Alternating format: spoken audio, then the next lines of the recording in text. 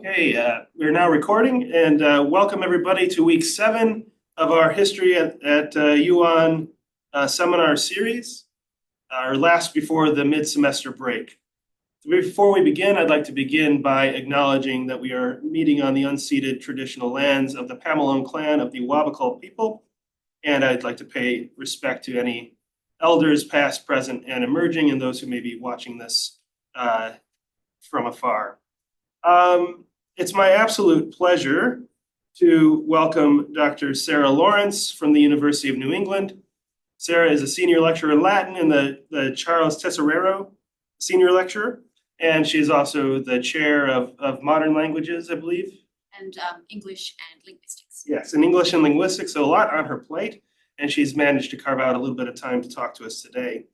And on that note, she is here to talk to us about is Valerius Maximus revolting, the political stance of the Facta et Dicta. And I will share the screen and pass over the laptop in just a moment here.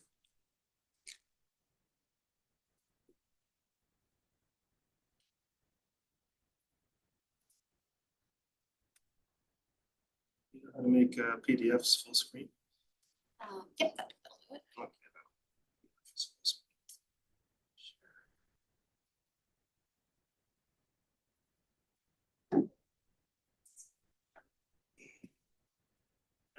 Let's turn off the video so it's just on the big screen there. Brilliant. Thank you. Hello, everybody. Thank you so much for having me. It's lovely to be here. And I was informed it's a general crowd, so I've tried to make everything kind of to try to explain what I'm talking about. So please forgive me if I tell you things you already know. And I would also like to acknowledge that this paper was written on the lands, the unceded lands of the Anawan people, and pay my respects to elders past, present, and emerging. I'd also like to acknowledge the Dungari, Gumbayan, and Gamilaroi people. Armidale was an area where lots of people passed through, but people didn't tend to stay because it was very cold in the winter. So, the act of writing or creating other forms of art in an autocracy is never straightforward, either for the artist or the audience that receives it. During 2025, the Western world has watched closely as the power wielded by the Republican government of the United States of America has brought this issue to the fore. In recent years, certain voices in the English-speaking world of the West have been most concerned with incursions of freedom of speech from the left, with claims being loudly and repeatedly made that cancel culture or political correctness gone mad were stifling the ability of segments of the population from voicing their views in public fora. Now, for the first time in many years, we are developing an awareness of what a government that does not want to listen to competing voices actually looks like when it comes to silence them. So many years ago, I was eating dinner in a country town Chinese restaurant with a group of friends, including an international PhD student from Saudi Arabia. I can't remember the conversation at dinner, but at one point, after sitting quietly for a while, that PhD student suddenly burst out, "None of you have any idea what it means to live in a country that isn't free." It was a sobering moment, and he was absolutely right. When it comes to the Roman world, a similar problem exists for those of us who are trying to understand the social and political dynamics at play. I don't want to suggest that Rome in the early imperial period, by which I mean the 1st century CE, in any way paralleled the lack of freedom found in states like Saudi Arabia today, but it was a very different political and social context in which to operate. The Roman Republic regarded its focus on libertas, or freedom, as one of its defining characteristics. A political system which depended so heavily on oratory, where speeches were central to political campaigning, political debate, and the judicial system, which was in itself intensely political, inevitably fostered an environment where elite men spoke with little fear of any repercussions. This was contextualised within a government structure which limited most political positions to 1 year at a time and valued vigorous debate within the Senate. These interactions were intensely competitive in nature. Roman literature is full of moments showing how one speaker won against another in a public debate. Whoops, other way. Oh, sorry. That's why. So this is my handy little guide to what we're talking about if you're not coming from a Roman history background. So By the 1st century CE, however, the political system at Rome had undergone a profound change. I'm simplifying here just for the purposes of moving along. So by 27 BCE, the adoptive son of Gaius Julius Caesar, renamed Augustus, sacred man, as a gesture of respect and admiration, had begun to consolidate a position as sole ruler, which would stay in place for a considerable time to come, as you can see in the Roman imperial period. We tend to refer to these people as emperors, but they were more properly called at this time the princeps, or first man in the state. While the Republican magistracies continued to exist, those invested with real power were held by the princeps, and the rest functioned more as honorific titles than anything else. This led to a significant shift in the culture of public speech at Rome. Seneca the Elder wrote of the way that oratory had lost its impact and importance, and he imagines a ship captain being asked to sail a toy boat on a pond as a parallel. As the culture of oratory diminished, other areas of elite activity began to feel the consequences of the change, from a state where both political power and insults were exchanged frequently between members of the elite, to the permanent power of one man, whose personal dignity and standing were increasingly allied with that of Rome itself. Under Tiberius, Augustus's successor, this extended to the point where literary works came under scrutiny. Tacitus records the landmark prosecution of the historian Cremutius Cordus for publishing a work in which he praised the assassins of Julius Caesar and the subsequent senatorial order that his books should be burned. Cremutius Cordus made the decision to end his own life before he saw this happen. And I should have said at the outset, I will be referring to self-killing in this talk, but I would like to draw a very strong distinction between that and suicide, but it will come. Literature could now have consequences of a kind that were not previously envisaged at Rome. So having said this, we shouldn't imagine that Roman writers felt entirely constrained. We can and do point to the flourishes of mockery, gestures of protest against moral expectations, and arched eyebrows directed at Augustus and Tiberius by celebrated Roman poets like Ovid and Propertius. This was not without risk. Ovid famously explained his own exile as the consequence of a carmen et error, a poem and a mistake. And you'll see it was a big moment in 2017 where Ovid was actually pardoned officially and was allowed to come back to Rome, which I'm sure he appreciated. But Ovid was able to write a great deal prior to his exile. And potentially, if he had avoided that mistake, whatever it was, he may have been able to end his life at Rome. When it comes to less celebrated authors, however, the expectation among scholars is that we will find either a complete lack of political content or sycophantic celebration of the new regime. And amongst these less celebrated authors, we definitely find Valerius Maximus, an author about whom we know almost nothing, who wrote a book called the Facta et Dicta Memorabilia, that's memorable doings and sayings, under the Emperor Tiberius, sometime between 31 and 37 CE. And you can see a beautiful manuscript of Valerius on the left here. Strangely, given how little text we have from the Roman world, classics as a discipline has tended to limit itself to an even smaller segment of what's left, on the basis of scholars' judgments of what literature is worthy of being studied. The Latin canon has been challenged over recent decades, and some authors have been reassessed. Part of this reassessment, especially for works written in the imperial period, often entails examining works previously thought of as sycophantic for traces of political subversion. A good example of this, and you can see another beautiful addition on the right, is the poet Lucan, whose epic poem Pharsalia, about the civil war between Pompey the Great and Julius Caesar, and it's amazing, definitely read it if you haven't, is now regarded as potentially critical, at least ambiguous, when in the past it was seen as disgustingly sycophantic.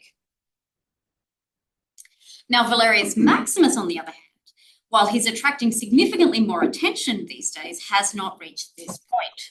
Yeah, no, that's right. Mind you, he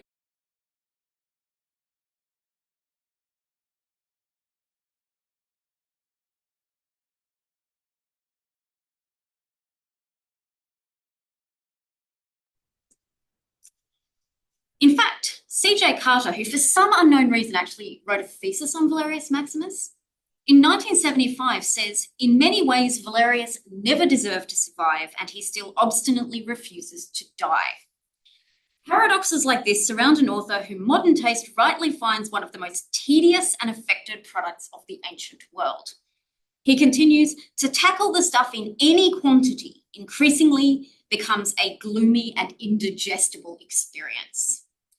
That's not even the worst of it. There was another scholar who said, "His style is disgusting and it pains me to speak of it." Goals. From 1648 to 2000, there was not a single translation into English of Valerius produced, despite the fact that his work was extremely popular and influential through to and including the medieval period and the Renaissance. The first book of scholarship in English about Valerius was published in 1996. For context, between 1800 and 1996, there were 554 books in English published about Virgil, the author of the Aeneid, and his works. So the fact that Valerius is now increasingly being treated as worthy of study at all is something of a triumph. But when it comes to Valerius's attitude to the ruler of his time, the Emperor Tiberius, the consensus has maintained that the Facta et Dicta memorabilia is absolutely in keeping with the party line. After all, the work is dedicated to Tiberius. So for those of you who'd like to play with the Latin, I've given it to you, but I'll read out translations. "At this beginning, therefore, I invoke you, whom the accord of men and gods desires to be powerful over the territories of sea and land, most certain safety of the fatherland, Caesar, whose heavenly foresight so lovingly fosters the virtues of which I am about to speak, so strictly avenges the vices. For if the orators of old fittingly began with Jupiter, best and greatest, if the most exceptional poets drew their first words from a certain divine spirit, by so much the more justly my humility should have recourse to your goodwill. Since other divinity is inferred from hearsay, your equal divinity is seen from present faith and from the stars of your father and grandfather, by whose extraordinary splendour much of famous renown has been added to our rituals. If we have received the rest of the gods, we bestowed the Caesars." You might think that's pretty compelling evidence of sycophancy, as many scholars have done. Andreas Wellida has argued Valerius provides a mouthpiece for Tiberian ideology relating to Roman Empire. And Ute Lucarelli has written a book arguing that the Facta et Dicta is a representation of Augustan and Tiberian ideas about morality in terms of the family. David Wardle has written a series of articles identifying Valerius as an author with a particular focus on celebrating the divinity of Julius Caesar and Augustus, both of whom were deified when they died. What I'm going to do today is look at one particular section of the work to see if we can tease out any more information about Valerius's attitude to the Caesars and the new version of Rome which they ruled. Before I do that, though, I should probably explain to you how this text works, as it's quite unusual. It's the only Roman text of its kind to survive from the ancient world. So the Memorable Deeds and Sayings is a collection of exemplar. Exemplar are short pieces of writing that record an individual or group behaving or speaking in a particularly memorable way. They didn't have to be written, so it's possible to have statues, paintings, and sometimes even just a mention of someone's name, which evoke these famous stories. In the Roman world, these were used as the building blocks of argumentation and education. Children learned of famous stories to emulate or avoid, and politicians, lawyers, and philosophers cited exemplar to make their case. So just as the crew in the room are overwhelmingly female, I'll let you know that Quintilian said that for women and children, it's best to use stories from mythology. They'll be more convincing, but men find stories from history more convincing. Parallels in an Australian context are a bit tricky because we don't utilise exemplar in quite the same way, but you could think of Stephen Bradbury and the way he's come to exemplify a kind of accidental but genuine victory. Or perhaps Jackie Lambie, exemplifying a model of straight-talking anti-elitist politics. A key difference in the Roman world was that one was supposed to try to outdo or avoid the deeds one heard in exemplar. They were a pattern for your own behaviour. So no one's seriously suggesting that you try to win a race by waiting for everyone else to fall over as a result of hearing about Stephen Bradbury. Valerius himself gives us an excellent insight into the way exemplarity functioned in Book 2, which describes the traditions and institutions of Rome. He says, "Our ancestors used to recite the outstanding deeds of their forebears, set into song with flutes, to the young ones at dinner, so that they might lead the youth more quickly to imitating these deeds. What is more outstanding? What is also more useful than this contest? Thence arose the Camillii, the Scipios, the Fabrici, the Marcelli, the Fabii, and lest I'm too long-winded while running through the individual luminaries of our empire, thence I say the brightest aspect of the sky, the divine season, shone out." More sycophants. Note that he characterises the reception of exemplar as essentially a certamen, that's a contest, designed to motivate the young men to ever greater heights. So Valerius collected over 1,000 of these exemplar and wrote them into a collection, organised into 9 volumes of thematic chapters. Within each chapter, the exemplar are divided into Roman and foreign categories, and Valerius provides introductions, adornment, and commentary as he writes. The vast majority of the exemplar he included can be found in other authors. Exemplar tend to work best when they're well known, otherwise they don't tend to connect. Now, because many exemplar deal with famous people from Roman history, scholars have tended to treat the Facta et Dicta as something like an open-cut mine. They've hacked into the text and extracted nuggets of information which are useful for reconstructing Roman history. This technique, however, is blind to the text itself as something of value. The work is very carefully structured and written, and a number of scholars, Rebecca Langlands in particular, as well as myself, have argued that Valerius intends us to read the work in order, and that each book and each chapter has been arranged to bring out particular nuances and ideas. So that's one of the reasons that I'm talking about a chapter today, instead of individual stories about Julius Caesar or Tiberius in isolation. So let's turn to my chapter for today, De Fortitude, on courage. So I imagine that your first question is probably why this chapter? Well, as David Wardle has noted, fortitudo, or courage, was a key Roman value, and one which the Emperor Tiberius, as well as his adoptive grandfather Julius Caesar, was particularly seen to possess. Augustus, not so much.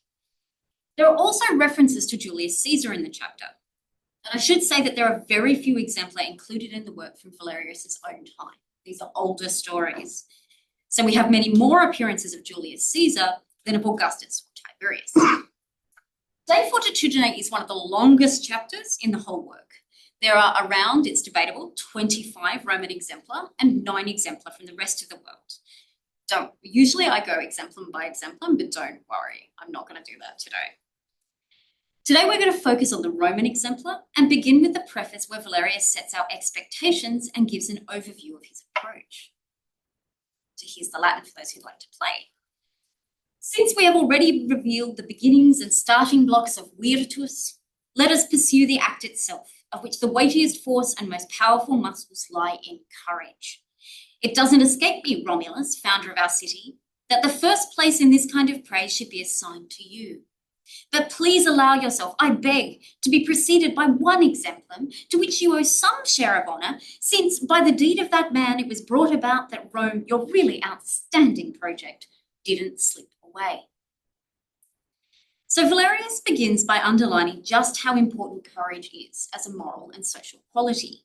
He calls it the vis, the force, and the efficacime, lacerti, most powerful muscles of virtus. Now, virtus is a difficult term to translate. I'm just going to leave it as virtus. It looks like our word virtue, but it doesn't map well onto it. It's rather the very best qualities of being a man, and it's central to Roman ideology, encapsulating the essence of ideal elite Roman behaviour. According to Valerius, courage is basically the animating force of virtus, the energy that powers it. Valerius is telling his chapters that this is an important chapter, which encapsulates a very important quality.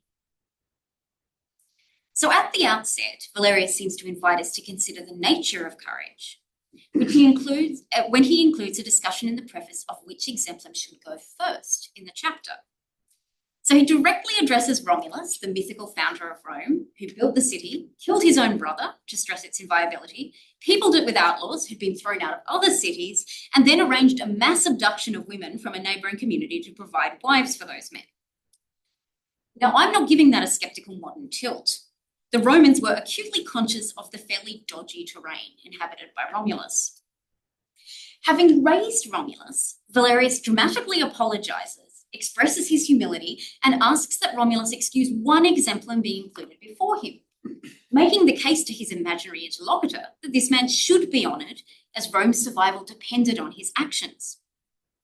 This is a strange and very deliberate decision on Valerius's part. Of course, it's completely within his power to put Romulus first, or to not put him first and not comment on it. Instead, he makes the painfully polite relegation of Romulus as obvious as possible. This not only underlines the question of what courage entails, but also brings to the fore the essentially competitive nature of exemplarity as a pedagogical tool. Valerius is asking who has the right to go first, who has given the most astonishing and noteworthy example of courage, and so should begin the chapter. Well, the winner is Horatius Cocles, who single-handedly defended the Sublician bridge into Rome, giving the Romans time to destroy the bridge behind him, thus shutting off access to the enemy. Horatius then dived into the river Tiber in full armour and swam to safety. This is a classic exemplar combining physical courage, strength of mind, and swimming skills that make diving in your pyjamas to retrieve a brick look pretty lame. At the conclusion of this exemplar, the reader expects Romulus, as promised. Instead, Valerius says, Cloelia makes me forget my plan. In almost the same conflict, certainly against the same enemy, and in the same Tiber, she dared a famous deed. Once again, Valerius makes the choice to sideline Romulus and to make sure he reminds the reader he's doing it. The exemplar that follows is another famous one, and one that really bothers me. Ask me about it in question time. Cloelia, a young unmarried woman who has been handed over with her peers as a hostage to King Porsenna during a Roman war with the neighbouring state of Etruria, manages to escape, steal a horse, and ride across the fast-flowing swollen Tiber River back to Rome. At the conclusion of both of these stories, Valerius makes similar points about the nature of the courage of the display. He says of Horatius, so that one man turned the eyes of so many civilians, so many enemies towards himself. The enemy stunned by awe, the civilians suspended between rejoicing and fear, and one man diverted two armies occupied in the most bitter fight by repulsing one and defending the other. That one man with his shield defended our city as much as did the river Tiber. Of Cloelia, by a fast crossing of the river, she not only freed herself from oppression, but she also released the fatherland from fear. A girl holding out the light of virtus before men. Valerius emphasises the impact of these acts of courage. These aren't just instances of individual physical bravery. They're acts where individuals expose themselves to danger for the good of the Roman state. And through mental and physical bravery, we're told, they each released the Roman state, compromised and under threat from a foreign enemy, from imminent danger. The extraordinary moral quality of the courage on display is underlined by Valerius's wordplay at the end of the Cloelia exemplar. Viris puella lumen virtutus praeferendo. A girl, puella, demonstrates virtus to viri. So Valerius plays with the fact that the root of the word virtus is vir, or man, to show Cloelia effectively outmanning the men in manliness. The chapter then begins with an elaborate rhetorical setup that underlines the central theme of courage as most praiseworthy when it involves not only physical risk and potential self-sacrifice, but also a focus on the safety of Rome as a whole. This is the first of four broad kinds of courage in the chapter. Valerius also sets up here the idea of an ongoing jostling competition in courage between those he chooses to include. After Cloelia, someone else's trackpad is always so different. Valerius goes on to finally tell a story about Romulus, casually introducing the exemplar by saying, I return now to Romulus. Here we encounter the second kind of courage in the chapter, public performance of physical courage in single combat. So the Romulus exemplum records that the founder of Rome agreed to single combat with King Acro rather than enter into formal battle. Valerius notes that Romulus's army was stronger and so was likely to be triumphant in any battle. This entailed Romulus taking a personal risk. He says it was safer to meet the enemy line with his whole army than alone. Even so, there does seem to be a slight sense of anticlimax in this exemplum. Valerius doesn't provide any commentary on the risk to which Rome was exposed or link Romulus's actions to the salvation of the state. Valerius states Romulus was able to dedicate the spolia, that's the weapons and armour of the enemy leader, that's what he's holding in this picture by Rubens, at the temple of Jupiter Feretrius, where they became a permanent monument to his glory. This facet of courage is intrinsically connected to the recognition of solo heroic endeavours. The Romulus exemplum is followed by instances of another two commanders who defeated enemy leaders in single combat and consecrated the spolia, and then at 326, a subcategory of the solo hero, where three men win single combats with enemy leaders but lack the technical legal status to dedicate their spolia. He focuses on the third of these, Scipio Aemilianus, and draws this category to a close by underlining just why Scipio is so impressive. He says, "Nor was there anyone in this army, either with respect to their birth or their natural genius or their future deeds, whose safety more deserved to be spared and protected." So these men were particularly noteworthy for their courage because, Valerius suggests, their deaths would constitute a much bigger loss to Rome than other people. This contains echoes of the Homeric hero for me, the exceptional figures like the warriors Achilles or Hector, whose death in combat attract far more grief than those of the rank and file, but who are destined by their very heroism to risk their lives in pursuit of glory. In Valerius's text, these Roman heroes receive the glory of memorialization. Their contribution to Rome itself is depicted as a secondary concern. At this point, we leave behind the heroes of solo combat and encounter our third kind of courage, which is set up in a very long exemplum. Valerius stresses its credentials for inclusion. He says, amongst these, antiquity offers a great exemplum of courage. So he goes on, got a modern picture. He goes on to tell the tale of the sack of Rome by Gauls in 390 BCE. During the sack, the Roman people retreated to the Capitoline Hill for safety. But it wasn't big enough to hold the whole population. And so the decision was made that the young people would stay on the hill and the old would remain in the more exposed areas of the city. Valerius describes the old men adorned with the symbols of their highest honours, sitting in ceremonial chairs outside their houses, calmly awaiting the enemy. The Gauls, at first overawed by the sight, quickly become curious. And when one Gaul reached out to play with the beard of a senator called Marcus Attilius, the old man responded by smacking him over the head with his staff of office, enraging the Gaul and leading him to kill Attilius immediately. Valerius draws out the message of this encounter. And so, Virtus doesn't know how to be captured. It is ignorant of the shame of endurance. It considers submission to fortune grimmer than any other fate. It thinks up new and unusual kinds of death, if anyone could be said to death, who is extinguished in this way.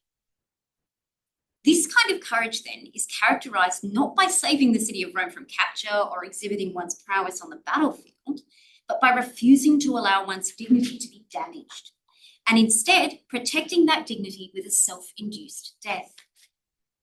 It's also clear that we're not simply talking about individual dignity in this exemplum. The old men are deliberately, self-consciously representing Rome. Valerius describes them. Not even in such wretched and grief-stricken circumstance did our state forget its virtus.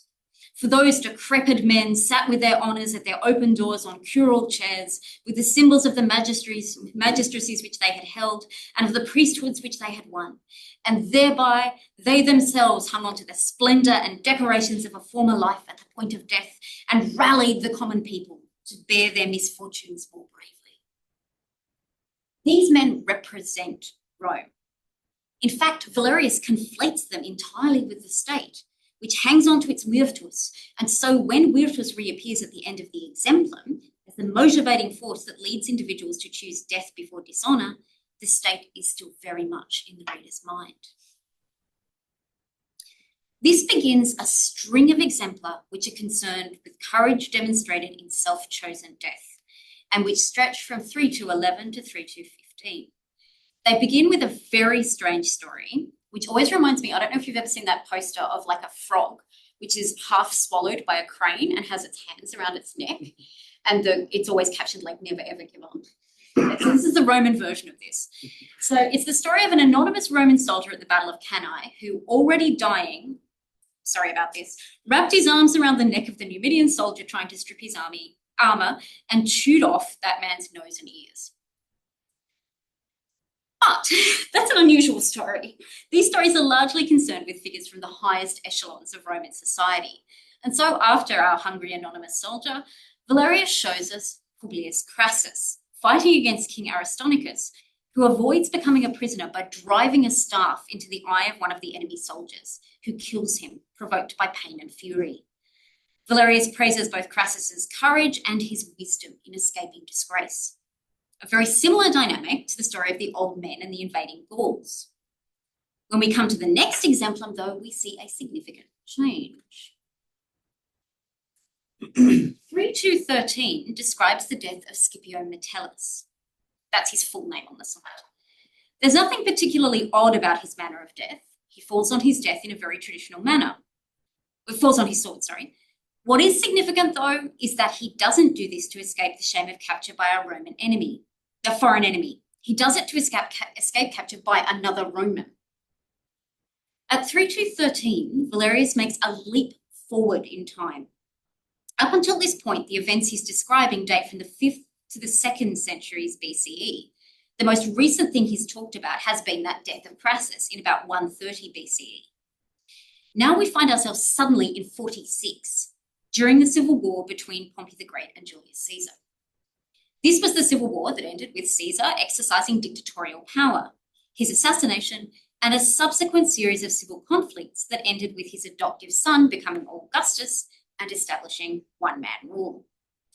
So Scipio Metellus fought on the side of Pompey the Great against Caesar, and he took his own life when he realised Caesar's victorious troops were approaching, laconically saying, "The commander is just fine," in response to the opposition soldiers demanding where the commander could be found before ending his own life. This theme continues in the next two exempla, which depict a father and daughter and date from the same period, 46 and 44 respectively, which is a very tight little cluster. The first is Marcus Porcius Cato, that's Cato the Younger. Cato famously fought against Caesar, and when he realised Caesar had won, he took his own life in a particularly gruesome fashion rather than accept Caesar's forgiveness. This was a source of ongoing frustration and anger to Caesar, because Cato had exceptional auctoritas, that's personal moral authority in the Roman community. And his rejection of Caesar's well-known clemency was commensurately public and brutal. Valerius does not hold back. Utica is the memorial of your most famous death, Cato, where more glory than blood flowed from your incredibly brave wounds. If indeed you gave any great lesson to humanity by falling onto your sword so very steadfastly, it was how much more preferable dignitas without life ought to be for honourable people than life without dignitas. The Latin in this exemplum, trust me, is very ornate. It's packed with superlative adjectives and adverbs and decorated with an impressive number of rhetorical techniques for a fairly short piece of text. Note the way it calls back to the image of those old men of Rome, defending their dignity and that of the state by choosing to control the manner of their own deaths against the invading Gauls. Note that extraordinary image of Cato's overwhelming glory actually spilling from his body in place of blood, which recalls the heroic successes of Romulus and his ilk, as does the way in which his actions have created an eternal monument to his reputation. Now stop and consider that this is a Roman killing himself to avoid submitting to another Roman. And though Valerius doesn't mention it directly, not just any Roman. Julius Caesar, the adoptive grandfather of Valerius's emperor, the most certain safety of the fatherland, Tiberius. The next exemplar introduces Porcia, the daughter of Cato, who was also the wife of Marcus Junius Brutus, one of the key assassins of Julius Caesar. Valerius tells the story of Porcia's trial run at self-harm, by which she tests whether she'll have the courage to take her own life should the assassination attempt against Caesar fail. Valerius opens the exemplar by saying, Cato's daughter had a mind not at all womanly. This echo of Cloelia is meant to be a compliment, I promise.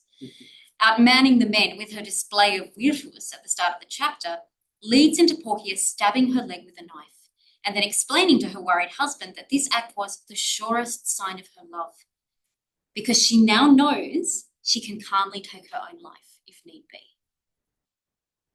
Porcia demonstrates her willingness to sacrifice herself in support of her husband, evoking all the other acts of self-sacrifice that have been made in this chapter and which have all been explicitly After an isolated example of poise under fire that I won't go into, we move into a new kind of courage which can broadly be classified as rallying the troops. The first in this category is the story of Scipio Nasica, who, despite the fact he had no legal authority to do it, when the chief magistrate hesitated to use force against the tribune of the plebs, Tiberius Sempronius Gracchus, declared, "Let he who wants to save the republic follow me." And with this, as the hesitating voice of the good citizens was shouted down, he forced Gracchus, together with his wicked faction, to thoroughly pay the price which was deserved. This image is a statue from France. It's in the Musée d'Orsay now. It's actually a statue, he's cut off on the right, of Tiberius and Gaius Gracchus, who are celebrated as heroes in the French tradition. The French really love the Gracchi, as do I. This was followed by the story of Gaius Marius, who as consul, despite his advanced age, is willing to personally take up arms to resist the tribune of the plebs, Saturninus, and his comrades. This exemplar leads into the moment we've all been waiting for, the appearance of Gaius Julius Caesar himself. Caesar, as I noted earlier, was famous for his courage. And Valerius includes two incidents in which Caesar physically intervened to encourage his soldiers to fight bravely against foreign enemies. Both come from the same battle against the Nervii during Caesar's campaigns in Gaul. David Wardle has highlighted this exemplar for the way it stresses the divine nature of Caesar. So the exemplar begins, "Let us depict as previously of arms and the toga, now also the brightest ornament of the stars, divine Julius, clearest image of true virtus." The theme of virtus is emphasised again as we're treated to some excellent moments of Caesarian daring do. There's no mention of civil conflict. He's fighting a foreign enemy. But the previous two exempla have introduced an interesting angle, and we'll explain why I've got this text on the slide. When Caesar made the decision to cross the river Rubicon, thereby leaving his sphere of legal authority, and marched on the city of Rome with an army, beginning a civil war, his official position was that he did this in defence of the tribunes of the plebs, who were being mistreated by the Senate. And we have here this section written by Caesar from his civil war. So he says, decrees of the severest and harshest character were passed affecting Caesar's imperial command and those highly important officials, the tribunes of the people. The tribunes at once fled from the city and ran to Caesar. And I love that we then get, he's like sitting there waiting for, some kind of answer to his very reasonable requests of the state. So this was in keeping with Caesar's political stance as a popularis, a politician who characterised himself as believing in the ultimate authority of the Roman people against organisations like the Senate or officials like the consul, as the tribune of the plebs was an office essentially created to protect the populace. It was also an office protected by a law which made injuring the tribune in any way a religious crime. The previous two exempla have seen Valerius praising a senator with no legal authority and a consul with dubious legal authority for being willing to enact violent force against the tribune of the plebs. The second of these men was Marius, Julius Caesar's uncle. It's an interesting moment for Valerius to introduce Caesar, whose official position seems very much in conflict with the previous examples of courage which Valerius happily celebrates. Caesar's exemplum ends with a comment that he inspired his men to be ready to conquer, but not with news of their conquest or details of the political ramifications of his campaigns. At this point, we drop back to 212 BCE for the next example of rallying, which comes from the Punic Wars, where a Roman tribune, embarrassed by the greater courage displayed by the allied Palladians, inspires a centurion called Pedanius to take his standard, the official and vitally important symbol of the Roman army. You can see one here that looks like it's got a duck sitting on top of it, into the Carthaginian camp, daring the other soldiers to follow him in or to allow the standard to be captured by the enemy. The key point here is the competition. One exemplum of courage inspires another and then another in a furious quest not to be outdone, and the consequences for Rome are victory. This is a demonstration of exemplarity working perfectly to inculcate Roman values, which support Roman power. We then see a return to the second kind of courage in this chapter, the heroic individual fighting a Roman enemy. In around 144, Quintus Ochius leaves the dinner table in a rush to respond to a challenge from a member of the Celtiberian forces and returns triumphant. The Celtiberian is so impressed and awed by the Roman that he pleads for an ongoing bond of friendship, a bond between the elites at the conclusion of the war.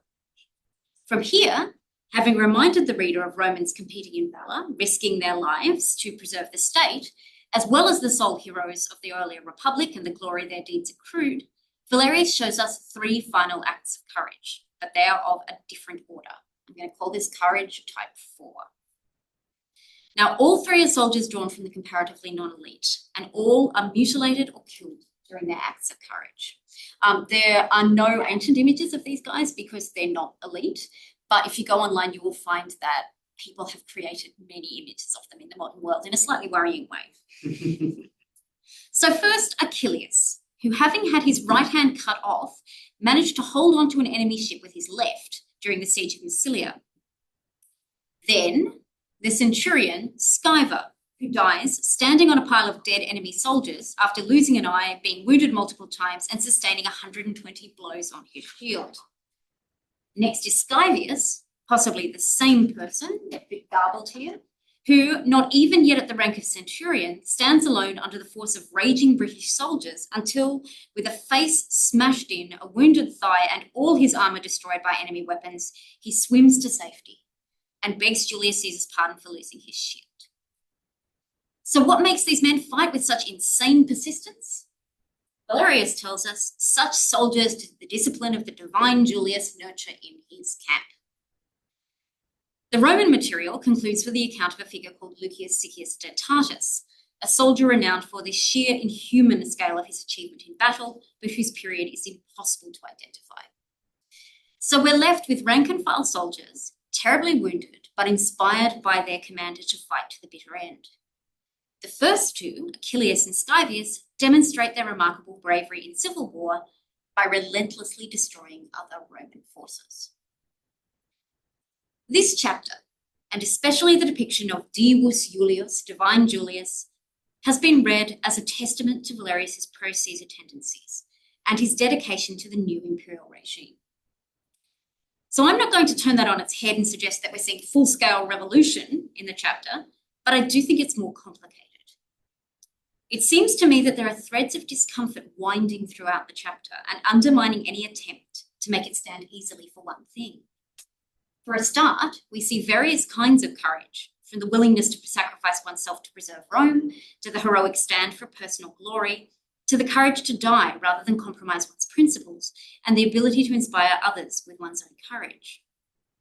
This suggests different facets of Rome over the ages, different versions of the community in which different political models held precedence, from the monarchy of Romulus to a state that valued cohesion over popular freedom, to a state whose leading figures demonstrated their courage by dying to preserve their own dignity, rather than reconcile with their fellow citizens. It's also quite clear that these different forms of courage are often in conflict with one another. Amongst these tensions and political and potential points of collision, we have the figure of Julius Caesar. Valerius incontrovertibly elevates Caesar to the level of a god, not only a god, but the brightest ornament of the heavens. This elevates Caesar, but also puts him in his own category. He's removed from the context of Roman history, from the community whose key values are passed on by stories that listeners can hope to emulate or try to avoid. Caesar is no longer part of this community. He's exceptional and alone. Keep in mind that this is a chapter which begins with Valerius shuffling exemplar to decide who should go first, alluding to the ongoing competition for glory between members of the elite, which exemplarity creates. Caesar is removed from this context altogether. It's significant in this context that Valerius does not reference the divinity of the other god in the chapter. Romulus was, according to legend, removed into the heavens. But in Valerius's chapter, he's completely human. This is also a chapter which deals with civil conflicts of various kinds, from all-out war to tension over how a tribune should hold their legal powers. Despite the historical Caesar's deep involvement in these conflicts, this divine Caesar is once again entirely removed in his own exemplum, almost excised from the narrative. Bloomer has argued previously that Valerius makes Cato's story safe by depoliticizing and turning him into a moral figure. I'd argue it's Caesar who's depoliticized in this chapter. He's so shorn of political significance that he can stand as an exemplum without irony or comment next to figures who Valerius celebrates for doing exactly the kind of thing that Caesar himself opposed. This Caesar, sealed off, rallies his soldiers with wit and force and appears to have no connection to the rights of tribunes or the critical Roman values that make Marcus Attilius stand against the Gauls, Crassus against Aristonicus, or Cato against Caesar himself choose death instead of any loss of dignitas. Caesar's followers in the text, on the other hand, can do real and vivid harm. While these exemplar acknowledge members of the Caesarian party in the Civil War, Achilles and more explicitly Scyther, Caesar is not himself shown as personally involved. He's simply a distant figure whose name and image motivate the men to fight. In this role, Caesar does function as a figure of inspiration, as does his own exemplum, but though we are explicitly shown his impact, he doesn't inspire fellow members of the elite, as did the Romans whose stories were retold at the dinners that Valerius describes. Instead, he inspires soldiers, the rank and file, not the sons of senators who grew up hearing stories of the ancestors whose achievements they can hope to rival one day. We shouldn't take this as a gesture of egalitarian encouragement. The scope of Caesar's influence as an exemplum has a curiously dead end in the collection. And this is perhaps suggestive of the fact that his exemplum is not intended in Valerius's day as one to emulate. That course of action, thanks to Caesar, Augustus, and then Tiberius, is firmly off limits. The image of Caesar, even if framed as an exemplum, is potentially an ending to the system of exemplarity itself. In this way, without any formal protest, without a word of criticism on his part, I think we can see the grounds for considering Valerius as something other than blindly sycophantic. This chapter contains a kind of frozen uncertainty about how to integrate Caesar into the traditions and historical community of the Roman world. He demonstrably doesn't function as a traditional exemplum to inspire the sons of the elite. Those he does inspire in the chapter are just as likely to demonstrate their bravery with wholesale slaughter of others from Rome. This isn't weaponized uncertainty, but is weapons-grade uncertainty, which has the power to unsettle and to make a reader think. And of course, the worst enemy of any tyrant is a people who are encouraged to think and draw conclusions for themselves, and who can tell seemingly harmless stories that have the power to slowly, gradually change the world. Thank you. I'm sorry for going on. Thank you for that very fascinating talk, highlighting an underappreciated source and demonstrating the importance of close reading, I think, and counterbalancing traditional views. Very, very lovely. We do have just a couple minutes for questions, but before we do that, I just want to get on camera here for the recording's sake that we're going into our mid-semester break. So our next talk will be in 3 weeks' time with Matt Farrell from the university, from Flinders University, coming to give a talk on medieval kingship. I don't have his details off the top of my head, but we'll just get that on there. All right, we do have time for maybe one or two questions before we have to leave. Sasha? Thank you. That was a really fascinating paper. Can I ask a question about the reception of Valerius? I mean, you mentioned that he was popular in the medieval period and then in the Renaissance period, and then he falls out of fashion. What are medieval and Renaissance readers reading him for? And he sounds like a hoot. So why does he fall by the wayside? So, great question. He was exceptionally popular. So, according to the records from medieval monastery libraries, he was the second most found text in those libraries in Latin after the Vulgate, right? Wow. So, huge. They're reading him for the moral. So, the chapters are, as you could see in this chapter, about courage. You get other ones about moderation, these kind of themes. So, they're reading him for the moral often, and he becomes the basis for a lot of other collections. So we get kind of collections like the City of Ladies in French, which is extraordinary women in particular.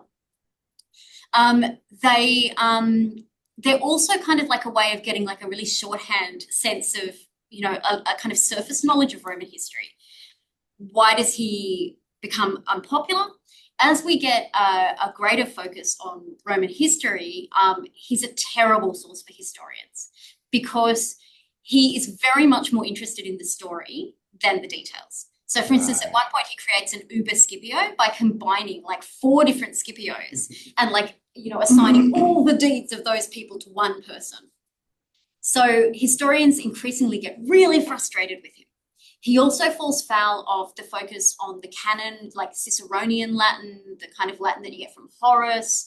His Latin is an example of what's called Silver Latin. So it's very ornate, as you can probably pick up from the translation. Translating him is really hard because to try to be faithful in any way but make it comprehensible in English is a continual challenge. And he is a hoot. Thank you. That's absolutely fascinating. I might just more of a comment, but it reminds me a lot of Procopius in the 6th century. If you didn't have the secret history, you would have thought he was a sycophant. And the art of critique and pitched in sort of praise, I think, is something that gets lost on surface readings and shows. Well, I think with Val, I used to think maybe he was, sorry, I tend to call him Val. I used to think that maybe he was kind of actively subversive, but I actually think probably what we're seeing here is a genuine kind of attempt to understand how to integrate the new system, because exemplarity is all about traditional Republican Roman values. So how do you fit these new people like Caesar into it? So I don't think he's kind of setting out to be critical. I think he's capturing like a snapshot of this discomfort and uncertainty about how you actually make that function. I mean, I'd love to say he was having a go. But... Well, it's about to auto end. I need to correct myself. It was Matthew Firth, not Matthew Farrell, who'll be joining us on Friday the 2nd. So thank you, everybody, for coming along and those who are watching on YouTube. And we'll see you on the other side of the break. And let's give one more round of applause. Thank you all. All right. Well, that was wonderful. So, yes, we do have to leave, unfortunately, because people are... Thank you so much for coming, guys, and for being with us. You actually have some questions for us. I'm